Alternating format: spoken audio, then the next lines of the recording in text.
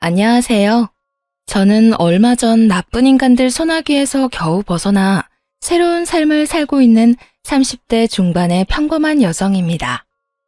혹시 부전자전이라는 말 알고 계신가요?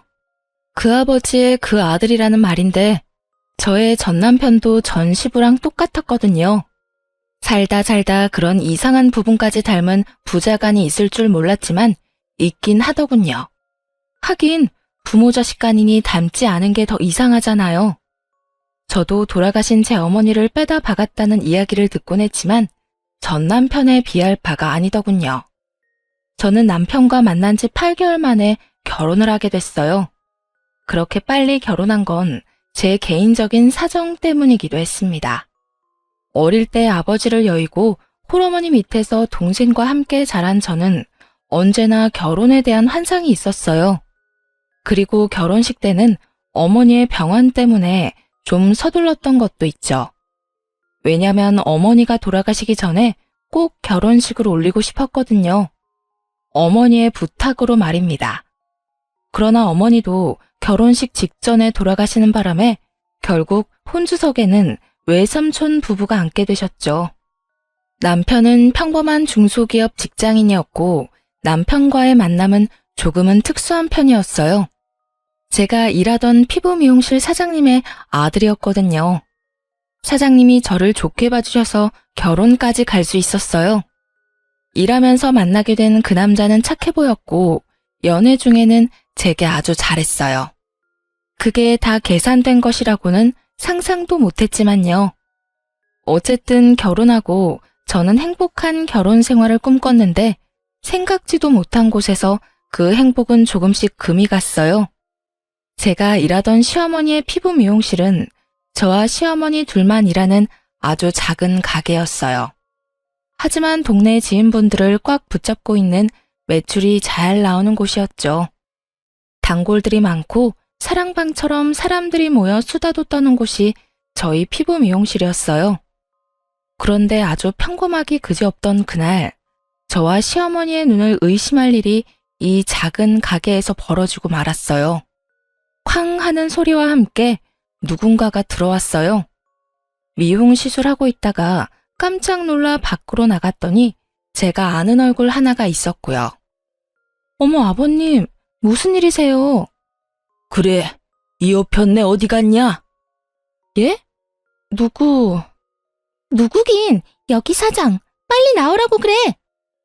앙칼진 목소리로 시어머니를 부르는 사람은 시부가 아닌 시부가 데려온 여자였습니다.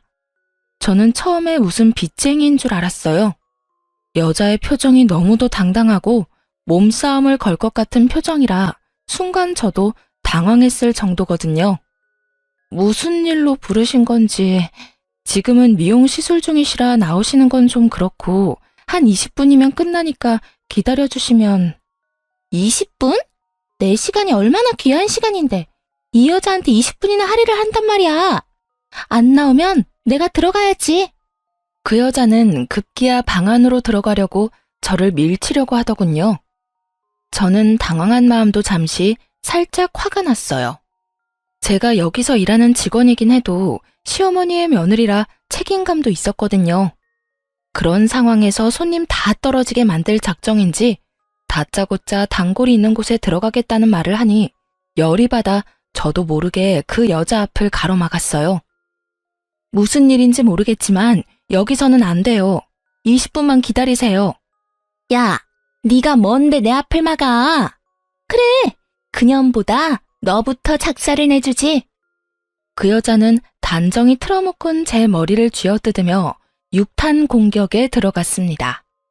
저도 참지만은 않았죠. 그 여자가 머리를 쥐어뜯으려 하길래 저는 그 여자 셔츠의 단추를 다 뜯어버렸어요. 옷이 뜯기니 당황한 여자가 제 손을 놓더군요. 머리는 산발이 돼서 우스꽝스러운 꼴로 시모와 손님이 들어가 있는 방문 앞을 지켰는데 밖이 영 소란스러우니 시모가 결국 손님에게 양해를 구하고 밖으로 나오더라고요. 그리고는 시부와 그 여자의 얼굴을 보더니 한숨을 푹 내쉬더군요. 도대체 여기가 어디라고 저 여자를 데리고 와? 당신 미쳤어? 돌았어? 생각이라는 게 있는 거야? 잘도 며느리가 있는 곳에 상간녀 데려와서 나 바람피는 시아버지요. 동네방네 소문내는 거야? 그제야 저는 그 여자의 정체를 알게 됐습니다. 시부의 상간녀, 그것이 저 여자의 정체였어요. 왜? 우리가 못 올 때라도 왔어? 그렇게 헤어져 달라는데 안 된다고 난리치고. 도대체 뭐가 문젠데? 왜 안 헤어지는 건데? 네가 이혼 안 해준다고 해서 내가 여기까지 온 거야. 그 이혼 때문에 여기까지 와서 행패야? 너네가 인간이야? 너네가 사람이 맞기는 하냐고. 정신 나간 것들. 불륜에 아무리 눈에 뵈는 게 없어도 적어도 인간답게는 굴어야 할 거 아니야. 너는 시아버지가 돼서는 며느리 직장에 와서 잘하는 짓이다. 어? 며느리가 너를 뭐로 보겠어? 여태껏 숨겼는데 고세를 못 참고. 다 필요 없으니 이혼이나 해줘. 아들은 이미 다 커서 우리가 있든 없든 상관없잖아. 미성년자도 아니고. 말 길게 섞지 마요. 경고하는데 당장 이혼 안 해주면 나 당신 미용실 매일 찾아와서 행패 부릴 거야. 각오하라고. 그렇게 한바탕 토네이도가 지나간 것처럼 두 사람이 사라지고 나서 결국 머리가 다 뜯긴 저와 정신과 마음이 너덜해진 시모, 그리고 영문도 모른 채 이 모든 일을 지켜봐야 했던 손님만이 남겨졌어요. 그런데 그 손님이 계산을 하며 그러시더군요. 저 여자 옆 동네 음식점에서 일하는 여사장인데 성격 대단하다고 소문났어. 그런 여자 상대로 세댁도 대단하네.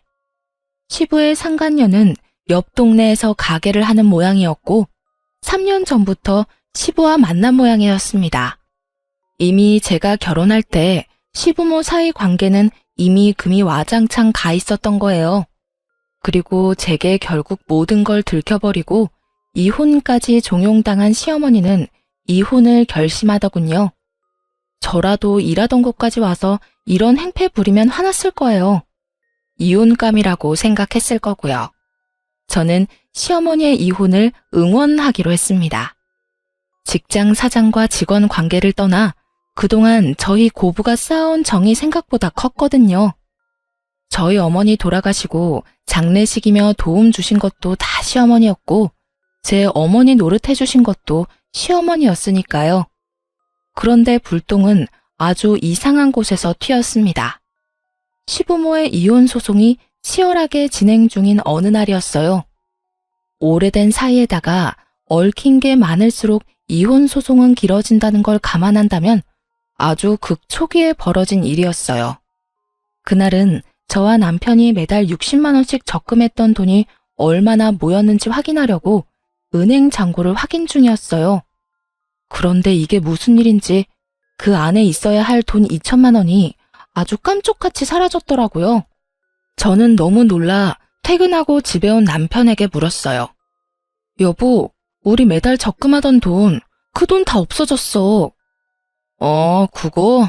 그거 우리 아버지 잠깐 빌려드렸어. 뭐? 아버님이 어디에 필요하신 건데? 그게, 잘 들어봐. 내가 제대로 설명해 줄게. 자, 우리 신혼집 명의가 누구로 되어 있지? 아버님 이름으로 되어 있지? 맞아. 사실 이번에 아버지가 연락 오셨거든. 어머니랑 이혼 소송하기 전에 우리 엄마가 그 상간녀 위자료 소송을 했대. 그게 판결이 났는데 결국 그 상간녀 쪽에서 우리 엄마에게 돈을 지급하라고 한 모양이야. 그래서 아버지가 연락 와서 돈을 좀 대신 내달라고. 뭐? 미쳤어? 그걸 우리가 왜 내줘? 한국말은 끝까지 들어보랬잖아. 자, 진정하고. 그래서 아버지한테 내가 거래를 제시했지. 내가 그 돈을 드릴 테니 이 신혼집 명의를 내 이름으로 바꿔달라고.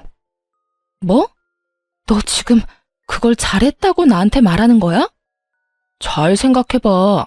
자기야, 2천만 원에 내 집 마련할 수 있는 좋은 기회인데 어떻게 이걸 놓쳐? 내 명의라서 그런 거야? 당신 지분도 아주 조금은 있는데? 그럼 내가 2천만 원 중에 1,000만 원은 나중에 돌려줄 테니까 그냥 내 이름으로 해주면 안 될까? 그 문제가 아니라고. 너 바보지? 왜 생각을 못해? 두 분 오래 사셨어. 그만큼 재산 분할할 것도 많은데다가 계산 방법도 어렵고. 시어머니가 여태껏 맞벌이 하면서 모든 집안일을 다 했으면 시아버지가 가져갈 재산보다 어머님이 가져갈 재산이 더 많을 수도 있다고. 거기다가 지금 일하는 사람은 시어머니잖아. 시아버지는 일도 안 하고. 그 상황에서 우리 집이 시어머니에게 재산 분할로 넘어가면 당신 어떡할 건데? 그때 되면 당신이 그 상간녀 위자료 내준 거 다 말짱 도루묵이야. 그때 돼서 그 돈 어떻게 받을래? 돌려달라고 말은 할 수 있겠어? 제 말에 남편 얼굴이 사색이 되더군요. 설마 그렇게까지 되겠어? 으이그, 그건 아무도 모른다고. 아버님이 돈으로 지불 가능하면 모를까. 현금 융통 안 되면 당연히 부동산으로 지급하게 될 수도 있지. 그제야 남편은 똥됐다는 얼굴로 저를 바라보며 제게 묻더군요. 그럼 어떡하지? 그걸 나한테 물으면 어떡해. 당신이 아버님한테 물어봐. 도대체 언제 줬는데? 일주일 전쯤. 벌써 어머님한테 들어갔을 수도 있겠는데? 결국 남편은 똥 마려운 개처럼 빙글빙글 제자리에서 돌다가 바로 시아버지에게 전화를 걸었습니다. 아버지, 저예요. 혹시 제가 빌려드린 그 2천만 원 있잖아요. 그거 혹시 다시 돌려주실 생각 없으세요? 제가 가만히 생각해보니 제 와이프랑 같이 모은 돈인데 상의도 없이 써버린 것 같아서요. 그거 중요하게 쓸 곳이 있는 돈이라고 했는데. 야, 줬던 걸 왜 다시 뺏어? 이야기 다 끝난 거 아니냐? 그 돈 주는 대신에 아파트 명의 바꿔주겠다고 했잖아. 너 전화 잘했다. 너 돈 더 남은 거 좀 있냐? 예? 아니, 우리 이쁜이 위자료 말고 내가 내야 할 위자료도 생길 것 같다고 우리 쪽 변호사가 그러잖아. 내가 바람 피웠다는 이유로. 바람이 아니라 사랑인데 그걸 꼭 이런 식으로 표현하는데 어쨌든 그것 때문에 내가 돈을 주긴 해야 한대. 그걸 네가 내줘야겠는데?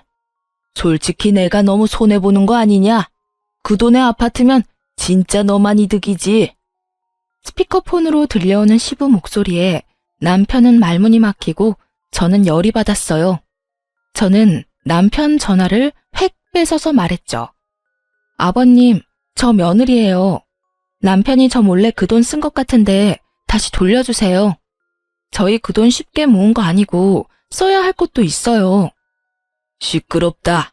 이미 다 끝난 일이야. 어디 남편이 한 일에 여자가 끼어들어서 일을 망치려고. 너도 네 시모처럼 되면 큰일 나. 여자는 자고로 남자에게 나긋나긋한 게 맛이다. 그렇게 남편 잡고 살면 너희 시모꼴 나는 거야. 알겠냐? 시부는 제 말을 들을 생각도 하지 않은 채 전화를 뚝 끊어버리더군요. 남편은 낭패라는 얼굴로 저를 쳐다봤고 저는 최후의 방법을 사용하기로 했어요.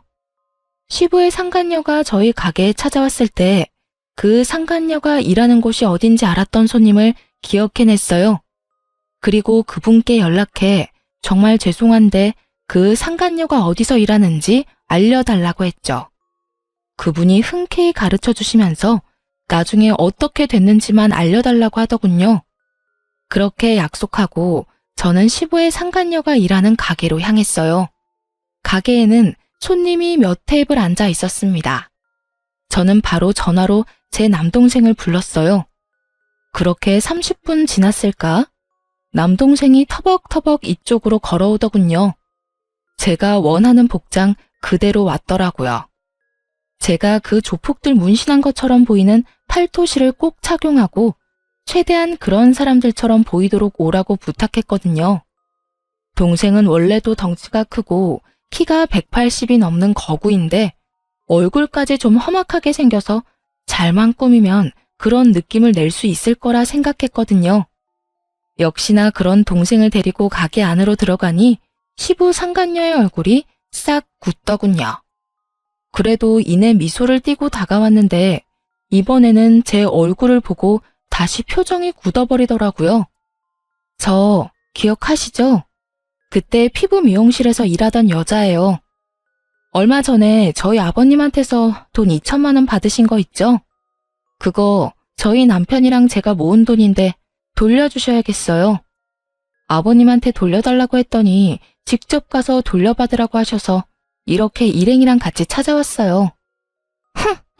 그 돈을 왜 아가씨가 와서 찾아가? 내 애인이 준 돈인데 돈에 꼬리표라도 달렸니? 계좌에서 계좌로 넘어간 거면 꼬리표 달린 거랑 똑같죠. 어쨌든 저는 돈 주실 때까지 여기서 안 나가요. 그러니까 주던지 말던지 아주머니가 알아서 하세요. 저와 남동생은 테이블 자리 하나 떡하니 잡고는 그 자리에 앉았어요. 저만 왔다면 당연히 내쫓겼을 텐데 험악한 남자 하나와 같이 오니 내쫓지도 못하고 끙끙거리고 있더군요. 게다가 우리가 앉은 곳은 입구 쪽이었어요. 사람들이 들어오려고 안쪽을 기웃거릴 때마다 동생이 눈 마주치며 띠꺼운 표정 짓고 있으니 사람이 들어오지를 못하잖아요. 결국 시부가 왔더군요. 야, 너 도대체 여기서 뭐 하고 있는 거야? 뭐 하긴요. 떼인 돈 받으러 왔죠. 저희 돈 저희가 알아서 받아갈 테니 아버님은 끼지 마세요. 그리고 우리 남편한테 그 아파트로 거래하자고 꼬신 것 같은데 그 아파트 어머님한테 넘어가는 거라서 그렇게 거래하신 거죠? 어차피 자기 거 아닌 거 알면서 아들한테 사기쳐서 돈 달라고 한 거 아니냐고요. 이게? 때리고 싶으면 때리세요. 맞고 경찰서 가서 합의금, 치료비라도 뜯어내 드릴까요? 제가 머리를 들이밀며 때리라는 식으로 말하자 시부가 도리어 당황해하며 주저하더군요. 너 설마 우리 마누라가 시키디? 어머님은 아무것도 모르시고 저는 제 돈 찾으러 온 것뿐이에요. 그 2천만 원 중에 1,000만 원은 제 돈이거든요. 그러니까 아버님이 도와주실 거 아니면 가세요. 제가 알아서 받아갈 테니까요.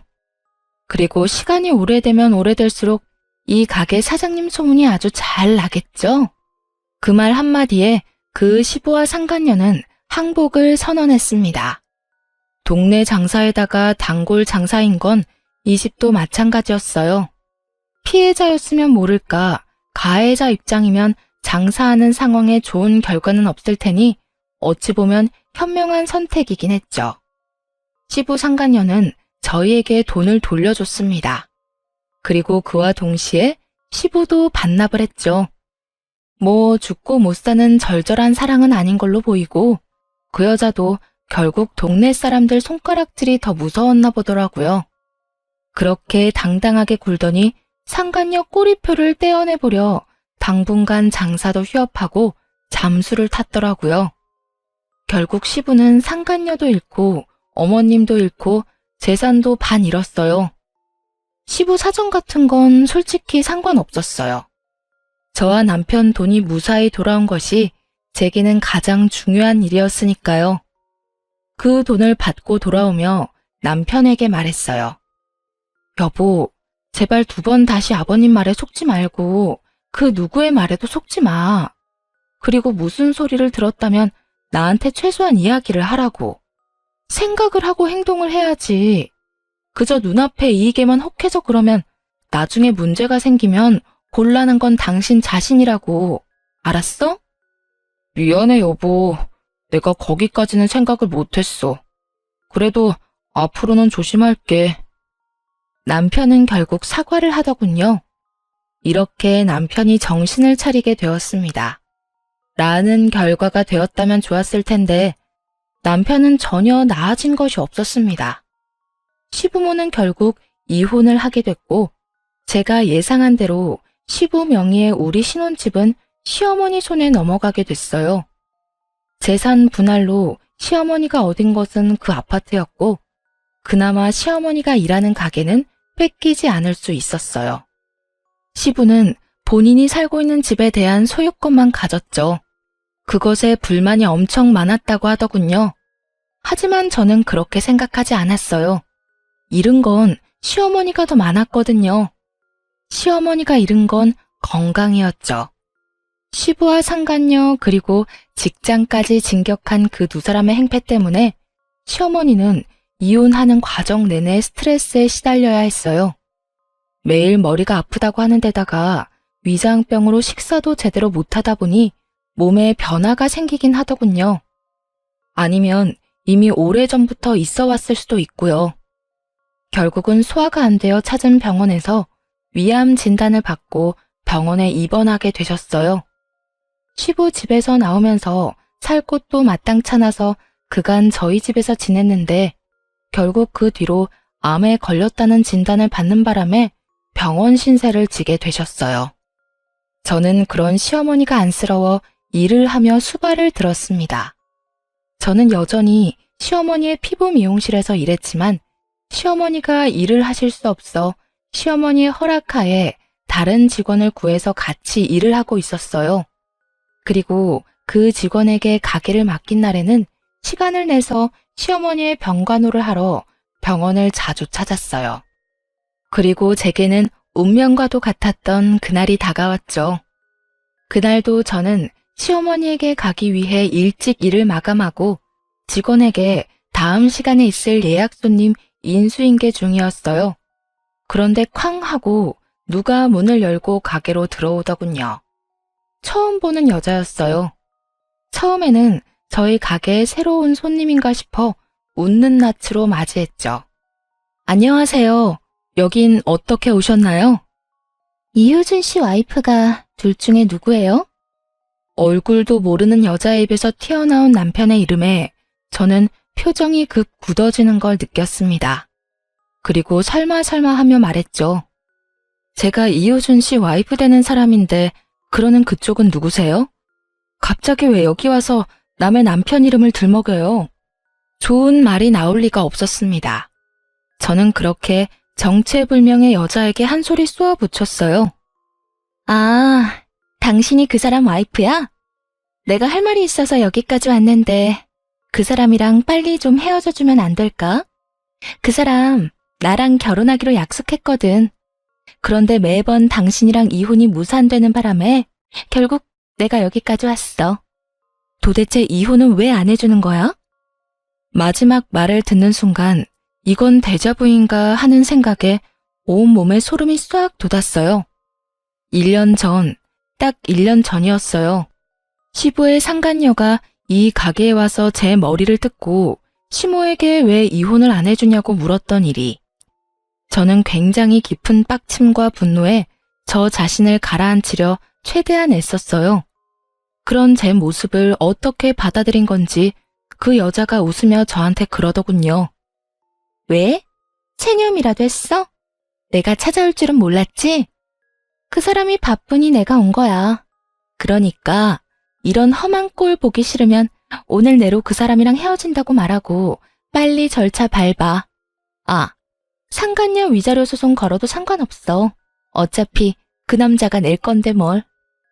야, 이 정신 나간 여자야. 네가 뭔데 우리 부부 사이에 이혼을 해라 마라 결정하고 난리야. 부부는 그 사람이랑 내가 부부야. 법적으로 엮여있는 부부. 아무것도 아닌 어중이 떠중이 같은 년이 입만 살아서는 나불대고 난리야. 말이면 뭘 못해? 근데 어쩌냐? 나는 남편한테 이혼의 이자도 들어본 적이 없는데 이혼도 너 혼자만의 착각 아냐? 뭐? 너 말 다 했어? 그 사람이 너 같은 여자랑 사는 게 얼마나 힘든지 나한테 매일같이 이야기했어. 너 따위는 껍데기일 뿐이고 내가 진짜 그 사람 사랑이라고. 그러니까 넌 자격이 없다는 내 말 못 알아들어? 막말로 네가 이혼하자고 하면 내가 이혼을 왜 해야 해? 남편이 아무 말도 없으면 나는 아무것도 안 할 거야. 너 같은 년 말 듣고 이혼까지 해? 돌았니? 그 이야기 하고 싶으면 지금 당장 남편 데려오던지. 결국 씩씩거리던 상간녀가 남편에게 전화를 하더니 30분도 안 되어 남편이 헐레벌떡 저희 가게로 뛰어왔어요. 넌 도대체 밖에서 어떻게 다녔길래 저런 년한테 붙들려서 내가 이런 일까지 당하게 만들어? 나한테 불만이면 나한테 말했어야지. 아무것도 모르는데 저 여자가 찾아와서 이혼하라고 난리치는데 당신 나한테 할 말 없어? 그게 여보, 미정아, 우리 나가서 이야기해. 미쳤어? 나더러 지금 꼬리 말고 도망치라고? 오빠가 나랑 결혼하겠다며. 그러려면 이 여자랑 이혼해야 한다며. 어떻게 이혼 이야기를 꺼내지도 않았어? 오빠, 여기서 결정해. 이 여자야, 나야? 나 선택할 거면 지금 당장 이혼하라고. 이혼 안 할 거면 나 오빠랑 못 사겨. 가만 보니 이 여자 하는 짓이 남편을 휘두르고 있더군요. 자기가 원하는 대로 남편이 행동하도록 만드는 모습이었어요. 그런데 그런 상간녀보다 남편이 더 웃겼어요. 여보, 이혼하자 우리. 내가 아무리 생각해봐도 사랑 없는 관계는 아닌 것 같아. 당신한테 도움도 많이 받았고 솔직히 당신한테 유감은 없어. 그냥 당신보다 이 여자가 더 좋을 뿐이야. 당신이랑 이 여자 중에서 골라야 한다면 이 여자가 더 좋아. 뭔 미친 소리야? 유감이 없어? 유감 많잖아. 이런 데서 이혼 이야기 꺼낼 정도면 유감 많은 거지. 어떻게 당신이 나한테 이럴 수가 있어? 내가 당신 어머니 수발드는데 너는 그런 어머니랑 마누라 놔두고 바람 피울 생각이 잘도 들었네. 그래 좋아. 이혼해주지. 못해줄 건 또 뭐야? 이혼 소송하자. 누구한테 더 이득인지 불행인지 한번 까보자고. 결국 저도 이 상황에 열받아서 이혼을 받아들였어요. 시어머니가 이 상황에서 이혼을 하게 된 감정을 그대로 느낄 수 있어서 더 화가 났어요. 아무리 부전자전이라 하더라도 이런 것까지 따라할 필요는 없잖아요. 저는 그 길로 시모에게 찾아갔습니다. 어머님, 안 좋은 소식이 있어요. 그 사람이랑 저 이혼하기로 했어요. 오늘 그 사람 상간녀가 저희 가게 찾아와서 이혼하라고 막 요구하고 거기까지 이야기했을 뿐인데도 시어머니 얼굴이 완전 놀라움과 분노로 뒤덮여 버렸더군요. 뭐라고? 진짜 아들이 상간녀를 데리고 왔어? 남편이 상간녀를 데리고 온 게 아니라 상간녀가 혼자 와서 저한테 이혼하라고 시켰는데 남편 부르랬더니 남편이 와서는 저한테 이혼하자고 하더라고요. 유감은 없는데 그 상간녀를 더 사랑한대요. 그래서 결국 이혼하기로 했어요. 이 미친 것들이, 이 새끼는 지혜미가 상간녀한테 무슨 짓을 당했는지 뻔히 알고도 그런 더러운 짓을 저질렀단 말이야? 안 그래도 아픈 엄마 병문안 한 번 안 오는 나쁜 놈이라고 생각은 했는데 진짜 이런 일이. 너 혹시 그 상간녀 나한테 좀 데려와 줄 수 있니? 저는 시어머니의 부탁을 들어드리기 위해 제게 매일같이 이혼하라며 문자를 보내는 상간녀에게 이번엔 제가 문자를 보냈어요. 주소와 함께 당신 시어머니 되실 분이 지금 그쪽을 보고 싶어 한다고요. 그랬더니 그 문자를 전해주고 일주일이 지난 시점에 병원으로 느긋하게 찾아왔더군요.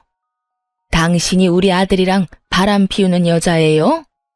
바람이 아니고 사랑이에요. 어머님, 저 효준 씨랑 사랑하는 사이예요. 아, 그래요? 그럼 하나만 물읍시다. 지금 내가 위암에 걸려서 입원 중이에요. 그 수발은 지금 며느리가 들고 있는데 우리 아들이랑 결혼하면 아가씨가 내 수발 들어줄 거예요? 네? 제가 그걸 왜 해요? 효준 씨가 저한테 그렇게 말했거든요. 어머니가 아프긴 한데 신경 쓸 거 없다고요. 병간호 같은 건 전문 병원에 맡기면 된다고 하던데. 이 여자는 이런 데서 점수 따고 있었네요. 그래 봐야 어차피 돌아가시면 재산은 다 아들한테 갈 건데 참 답답한 짓 하고 계시네. 그쪽에 아부 떨어봐야 아무것도 안 나오는 거 몰랐어요? 고집만 센 줄 알았더니 머리도 나빠. 이래서 남편이 바람이나 피는 거예요. 알겠어요? 결국은 저에 대한 모독으로 이 면회는 끝났어요. 그리고 그 상간녀가 나가고 시어머니는 부들부들 몸을 떨고 있었어요. 저런 년이랑 결혼을 하겠다고 지금 너를 버리겠다는 거니? 아, 그래, 이혼해라. 너 저딴 놈하고 살아봐야 하등 좋은 게 없어. 제 아빠만은 닮지 말라고 그렇게 말했건만 저런 걸 왜 닮아? 저와 시모는 그날 하루 종일 이혼에 대해 이야기를 나누었어요. 그리고 그 다음날 저는 저의 복수를 시작하기로 했습니다. 그 상간녀가 남편과 같은 회사라는 걸 알게 됐거든요. 저는 남편과 업무상 자주 연락하는 여직원의 회사 전화번호도 알고 있었어요. 일부러 저는 그 여직원의 자리로 전화를 걸었어요. 상대방이 여보세요 하며 전화를 받자마자 저는 뱃속에 힘을 실어서 소리를 내지르며 화를 냈습니다. 야 이년아, 네가 우리 남편이랑 바람난 년이야? 우리 남편이 같은 회사 년이랑 바람피는 거 내가 다 조사했어. 왜 우리 남편이랑 바람피워? 7살이나 어리면서 얼마나 할 짓이 없으면 유부남을 건드려. 너 일부러 화장도 떡칠하고 향수 냄새 풀풀 풍겨서 우리 남편한테 꼬리쳤지? 그리고는 우리 가게에 찾아와서 한바탕 난리를 쳤겠다. 나도 알아. 너 우리 남편이랑 사내연애 하는 거. 내가 당장 너희 잡아다가 다리 몽둥이를? 아니에요. 제가 아니라고요. 전화 잘못 거셨어요. 어머, 그럼 그쪽은 이효준 씨랑 바람피는 사람이 아니에요? 아이고, 죄송합니다. 너무 죄송합니다. 제가 너무 열이 받아서 그만 너무너무 죄송해요. 제가 며칠 전에 그 상간녀랑 대면하고 제정신이 아니거든요. 너무 죄송합니다. 저는 슬쩍 남편 이름과 상간녀의 특정할 수 있는 정보를 흘렸어요. 상대방이 그 이름을 제대로 들었던 건지 잠시 가만히 있더군요. 괜찮아요. 그런데 그런 이야기는 회사 전화로 하시면 좀 곤란하실 텐데. 둘이 같은 회사라고 했거든요. 제가 얼마나 열이 받았는지. 앞뒤 재지도 않고 사내 번호로 바로 전화를 해버렸네요. 여자가 전화를 받으니 그 여자인 줄 알고. 그렇잖아도 여자가 별로 없는 회사라 제가 착각을 했어요. 죄송합니다. 그렇게 전화를 끊었지만 결국에는 남편 회사에 소문이 파다하게 났더라고요. 그 전화를 받으신 분이 제 기대에 부응해서 여기저기 소식을 부지런히 알려주신 모양이었어요. 결국 남편이 그 회사 직원이랑 바람을 핀다는 것이 알려지게 되고 유독 친밀하게 지냈던 상간녀의 이름이 자연스레 거론되며 두 사람 다 회사를 그만두게 되었어요. 그 회사가 사내연애가 금지인데 사내연애를 한 데다가 불륜관계로 이어졌으니 회사에서 거의 해고 형식으로 잘라버렸더라고요. 상간녀는 제 전화 한 통으로 회사에서 잘리게 됐다는 거에 약이 오를 대로 올라 저희 가게로 와서 다시 행패를 부렸어요. 야, 너 도대체 회사에 무슨 짓 한 거야? 왜 전화를 해서 나랑 그 사람 퇴사까지 하게 만드냐고. 너 일부러 그랬지? 일부러 그런 것 맞잖아. 소문이 왜 났는데? 나는 한 사람한테 이야기했을 뿐이야. 그것도 착각해서. 그런데도 퍼진 건 내 탓이 아니지? 내가 퍼뜨려달랬어? 사람 착각해서 욕한 거 사과했고 할 도리 다 했어. 불특정 다수한테 퍼뜨린 것도 아닌데 네가 뭘 어쩔 건데? 근데 너 잘 생각해라. 나는 여기서 너 그냥 가만히 놔둘 생각 없거든? 방금 나한테 캔들 던졌지? 이거 협박죄로 소송 걸 거야. 그리고 손님 있는 시간에 와서 소란 피운 거? 업무 방해죄로 또 소송 걸 거야. 그리고 업무 방해로 생긴 손해배상 소송할 거야. 또 여러 손님들 앞에서 나를 욕보인 거? 명예훼손죄로 고소할 거야. 그리고 마지막으로는 상간녀 위자료 소송도 있거든? 여기서 뻘짓하지 말고 집에 가서 그거 다 받을 준비나 해. 제 말에 상간녀가 이를 꽉 깨물더니 그 뒤로 한마디도 없이 돌아서서 돌아가 버리더군요. 그렇게 상간녀를 보내고 어찌나 속이 시원하던지. 그리고 저는 실제로도 그 소송을 진행했어요. 말만으로 끝내면 사람은 반성을 안 하는 경우가 많거든요. 꼭 그걸 알려주기 위해서 얼마 전에 설치한 CCTV 영상도 같이 첨부했어요.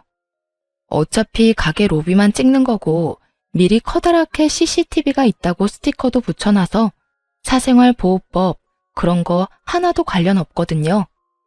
나중에 알아보니 상간녀는 거기서 퇴사하고 나서 소문이 너무 안 좋게 났던 탓에 동종 업계로는 취직이 안 되는 모양이더군요.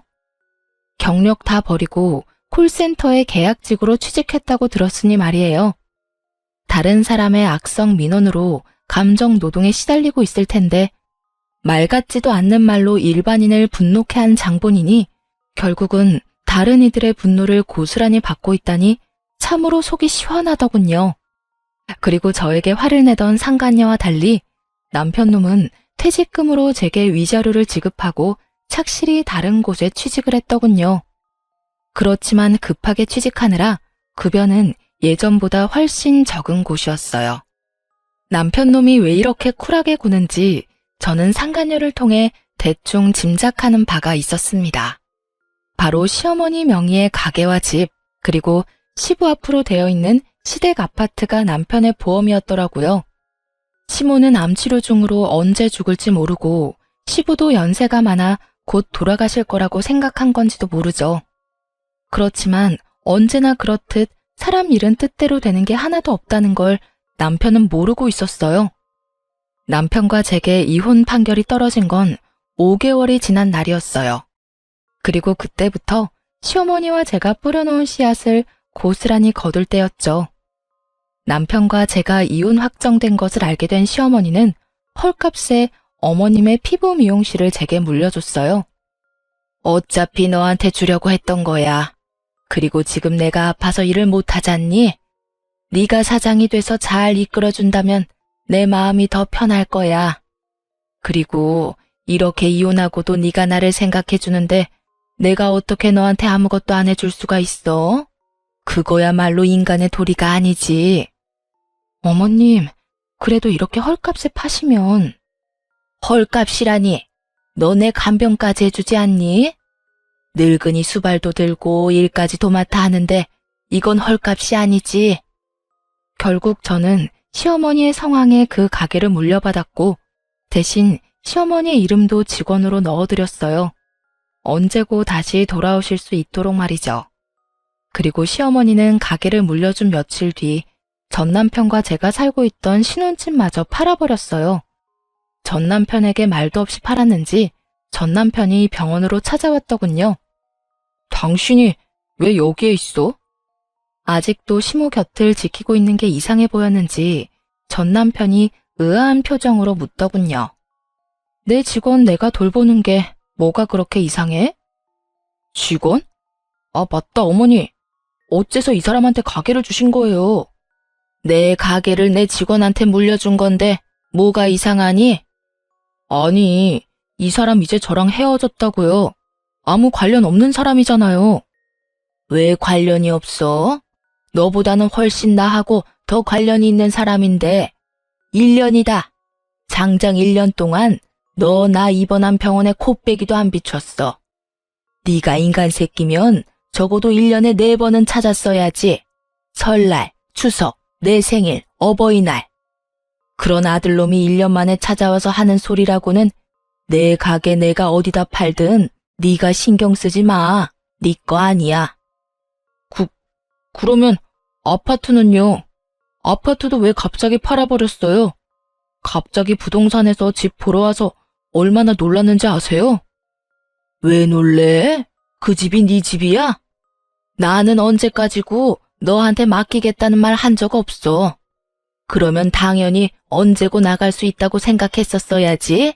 아니면 전화라도 해보던가. 전화도 한 통 없었던 주제에 이제 와서 발등에 불 떨어지니까 찾아와서 질질 짜는 소리를 해? 그래서 그 돈은 어쩌셨는데요? 설마 다 쓰셨어요?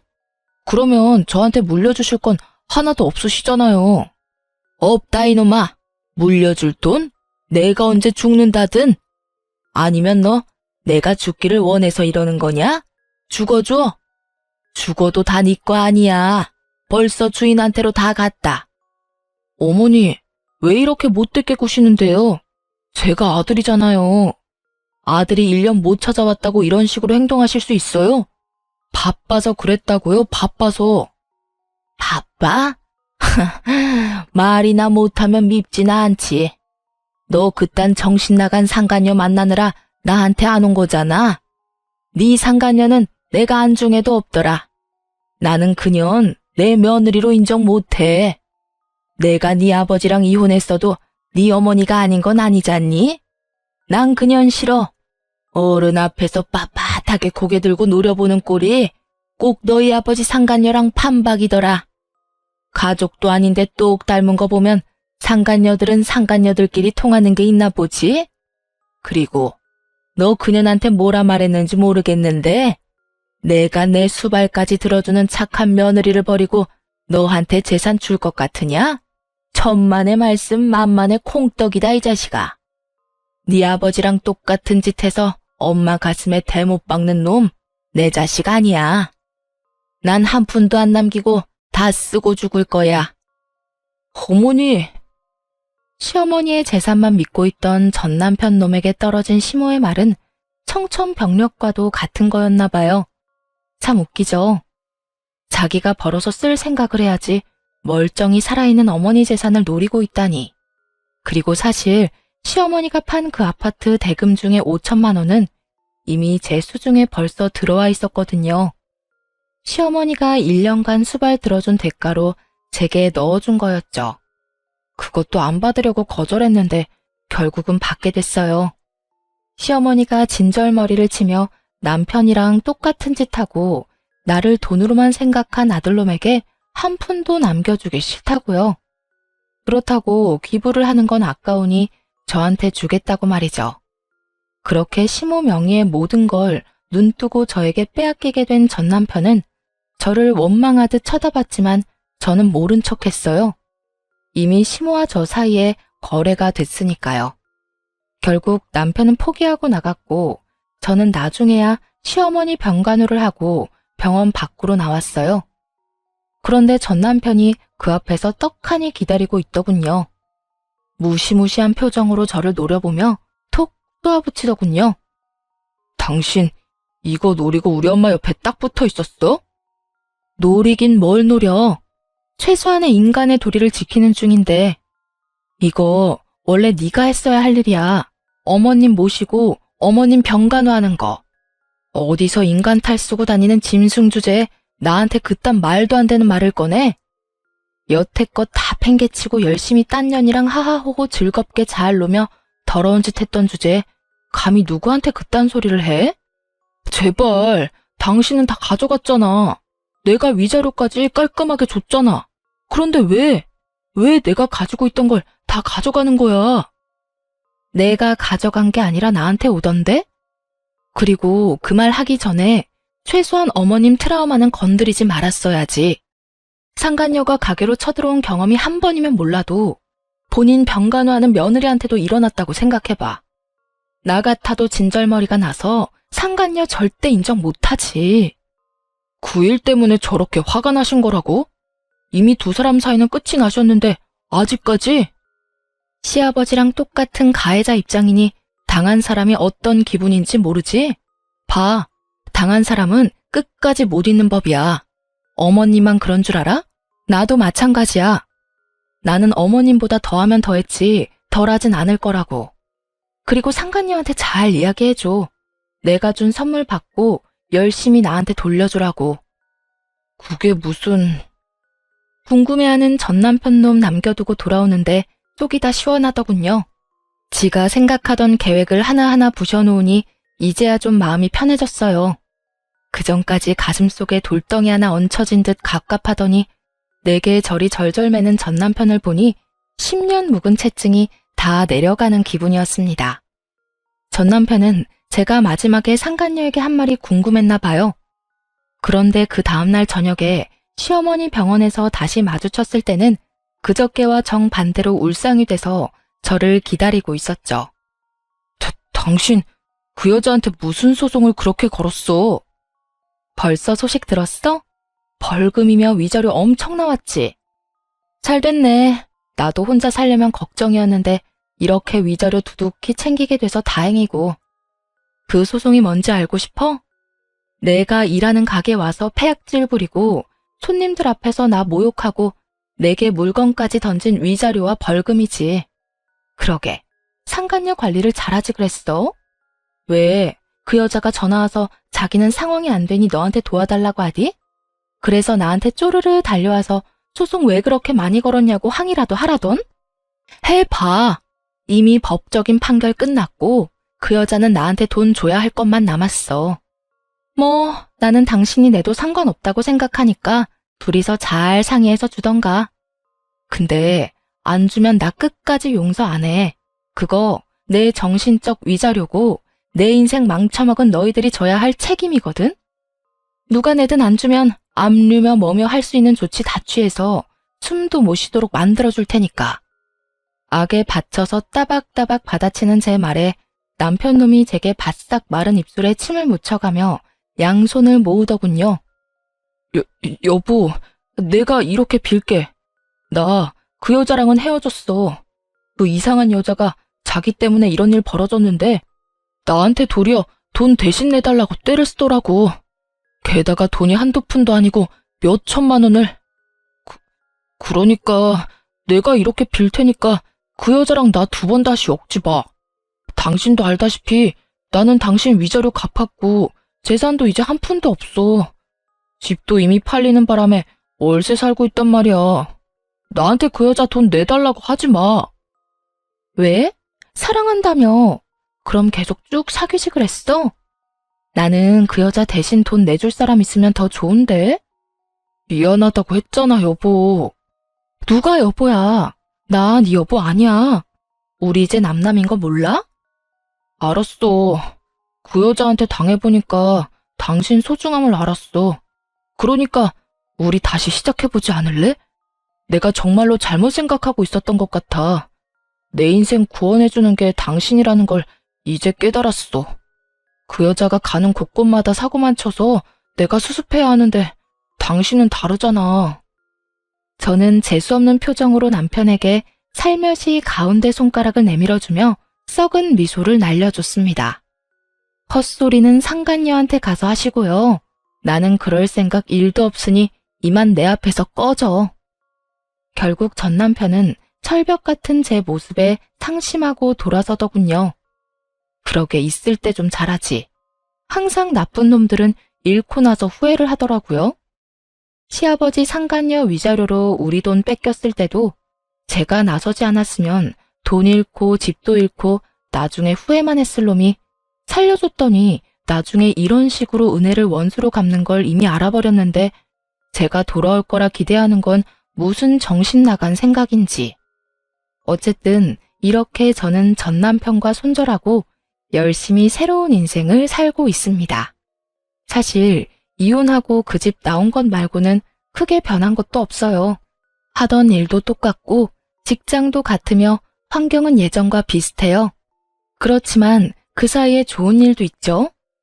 시어머니의 암 치료가 잘 돼서 요즘은 제 피부 미용실에서 같이 지내며 일하고 계시거든요.